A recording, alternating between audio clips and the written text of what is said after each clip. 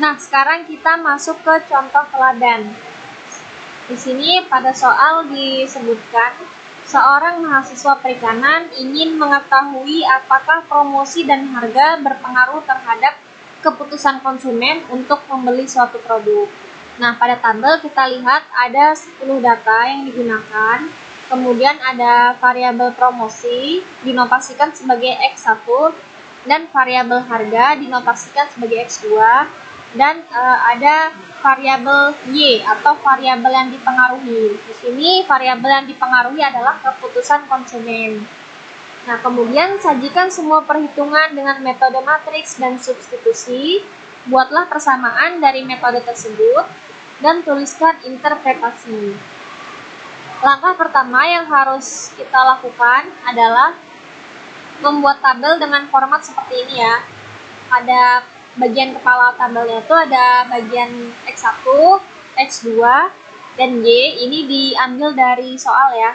Kemudian tambahkan pada kepala tabel itu X1 kuadrat, X2 kuadrat, Y kuadrat, X1 kali X2, X1 kali Y, dan X2 kali Y. Nah, untuk X1 kuadrat berarti silahkan dikuadratkan ya pada bagian X1, berarti 7 kuadrat sama dengan 49. Kemudian X1 kali X2 berarti 7 dikali 9 hasilnya 63. Dan juga seterusnya ya teman-teman, silahkan dicari. Kemudian jika sudah diperoleh, maka jumlahkan seluruh data tadi pada bagian akhir kolom. Selanjutnya kita akan menyelesaikan menggunakan metode substitusi dengan persamaan umum sebagai berikut ya. Nah, sekarang kita perhatikan untuk persamaan 1, sigma Y.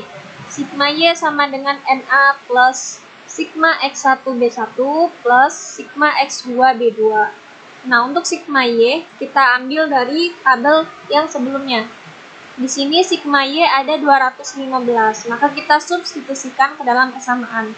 215 sama dengan, nah karena N itu artinya jumlah data yang kita gunakan ada 10, maka kita substitusikan angka 10 ke dalam persamaan. 10A, kemudian kita tambahkan dengan sigma X1 B1. Nah, sigma X1 kita lihat pada tabel sebelumnya, sigma X1 di sini ada 72. Maka kita substitusikan 72B1 plus sigma X2 B2. Kita lihat pada tabel sigma X2 di sini ada 93. Kita substitusikan ke dalam persamaan 93B2. Nah, ini untuk persamaan 1. Nah, untuk persamaan yang kedua dan ketiga, teman-teman silahkan lihat rumusnya, kemudian lihat angka-angkanya pada tabel yang sudah kita cari sebelumnya, lalu disubstitusikan ke dalam persamaan.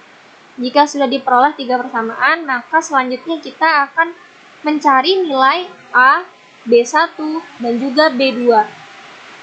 Langkahnya, kita yang pertama akan mengeliminasi dari koefisien A. Ini rumusnya atau cara mencarinya itu sama seperti waktu kita SMA dulu ya, kan ada cara mengeliminasi dari persamaan 1 dan 2, kemudian persamaan 2 dan 3, seperti itu ya teman-teman. Ini eliminasi biasa. Nah, yang pertama kita mengeliminasi nilai A. Berarti kita harus menyamakan nilai A. Di sini sudah kita samakan nilai A-nya, lalu kita kurangkan. Setelah dikurangkan, diperoleh hasil 195 sama dengan 158B1 plus 37B2. Nah, ini merupakan persamaan keempat. Nah, setelah diperoleh persamaan keempat, selanjutnya kita akan mengeliminasi nilai A lagi untuk mencari persamaan yang kelima. Kita substitusikan persamaan 2 dan 3. Nah, di sini karena kita akan mengeliminasi nilai A, maka kita harus menyamakan nilai A-nya. Setelah kita samakan nilai A, lalu kita kurangkan dan akan diperoleh persamaan yang kelima. Selanjutnya kita akan mencari nilai B2 dengan cara mensubstitusikan persamaan yang keempat dan kelima. Langsung aja ya, kita substitusikan. Terus kita eliminasi nilai dari B1 karena kita akan mencari nilai dari B2. Maka kita samakan angka pada koefisien B1.